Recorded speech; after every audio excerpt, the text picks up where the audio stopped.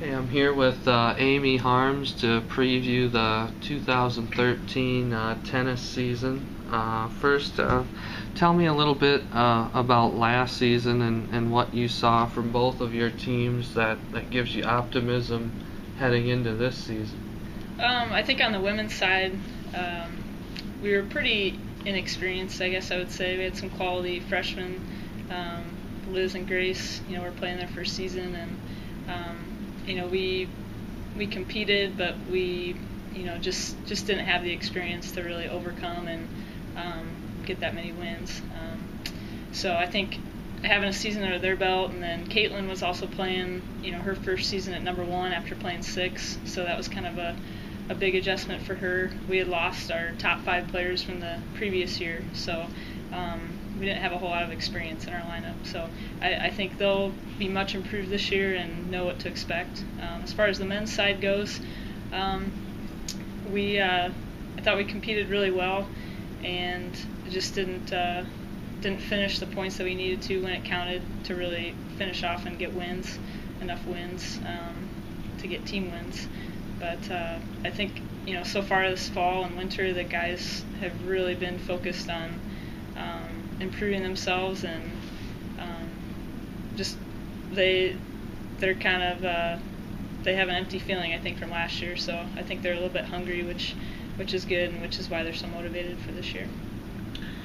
You've got a new assistant on board with James Ingram. What kinds of things does he bring to the table? And I'm sure it's important to have a good assistant when you're busy with women's basketball too. Yep. Like you. James has been great. He's got a really good tennis background and a lot of experience working with players.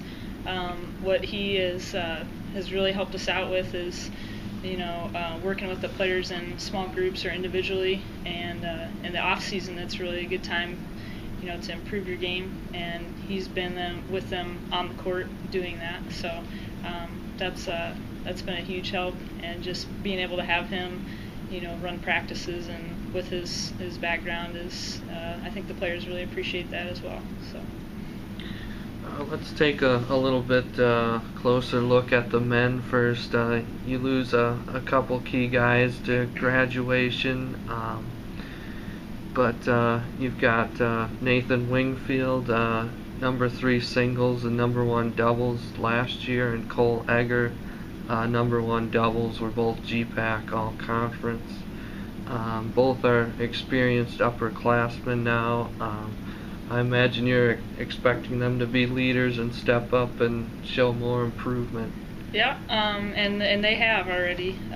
Nathan and Cole, they're really hard workers. They're very athletic, which helps them out on the court. And they played number 1 doubles for a lot of the season last year, so they know what they have to do to be successful at that spot. We're going to probably keep them together. They're a really good team, and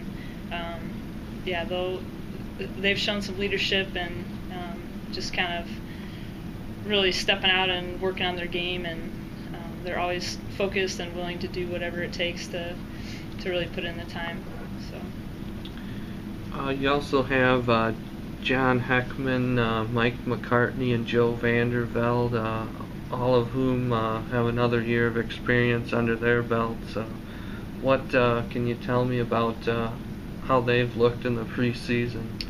Yeah, Mikey's much improved. I think every year he's really worked on his game, and he's becoming a smarter player, which is going to help him out as far as the singles goes a lot. John actually has an injury right now, so he hasn't been on the court a whole lot this off season, but he had a decent season last year as a freshman, and played kind of in the middle of the lineup. And then Joe Vandervelde, he's got really good skills. He's just working on putting together the whole package as far as being a competitive match player and really being more consistent, so that he can take advantage of being a more talented player against his opponents. Sometimes he just gives up points because he's just not as consistent, but he's been much improved, and he's another one who's just focused and knows what he needs to do. He's just working to get to that point. So we'll have a pretty solid middle of the lineup, I feel like, with those guys and some other guys like Joel Caldwell competing for spots there as well. The men finished last season in the middle of the conference. How do you see them stacking up with the rest of the GPAC this year? I think, it's just kind of a dogfight at the top 4 spots. It's kind of like similar schools are always competing for those spots, and you only get one chance to beat somebody in tennis for the conference standings, and then you might play them in the tournament. But I think we can compete with the top teams. I mean, Hastings and Doane are very good teams. Wesleyan is always solid, but we're right there. It's just a matter of who's going to play well on that day and who's more focused and mentally prepared to win the match. Now the women had a pretty similar season, at least record-wise. You talked about it, having the key players back now this year. What kind of expectations do you have for them? I think it's the same. I think we can compete with the high-level teams in our conference, and it's a matter of keep getting better. We've got a lot of non-conference early matches that we can use to improve ourselves before we hit that conference schedule, and I definitely see us being able to finish in the top 3. There's no question about that. Junior Caitlin Cole had a really nice sophomore season at number 1 position in singles and doubles. Talk about her development since her freshman season. Yeah, it's been neat to see her. It was fun to just watch her compete last year. On paper, she shouldn't have done very well. Playing the 6th spot. From a small Nebraska town, you don't expect a whole lot. She's not necessarily a traditional tennis player with those kind of refined skills. She's definitely not a traditional number 1 player, but yet she just kind of went about her work and came up with just short of an undefeated conference season against some very, very good players. And so she can just frustrate people. She's worked to improve herself, and again, just more consistency. Her height helps her out with having a tough serve and really being able to cover the court, come into the net. So she's learning more how to use those strengths and just play smart shots to put herself in a position to use those strengths versus other people who may have prettier strokes or even more consistent ground strokes. So she's just being able to play her game and have her style win out. Tell me a little bit about your other key returners, Lindsay Vout, Grace Holenbeck, Liz Kelson, and Michaela Bars. All of them were in your lineup last year. What's the competition been like in the preseason? We haven't played a whole lot of match play since the fall, but I think it's pretty competitive because a lot of those girls are very similar. If they play 10 times, they may split 5-5, 6-4. Who wins? But I think like Lindsay has come a long way.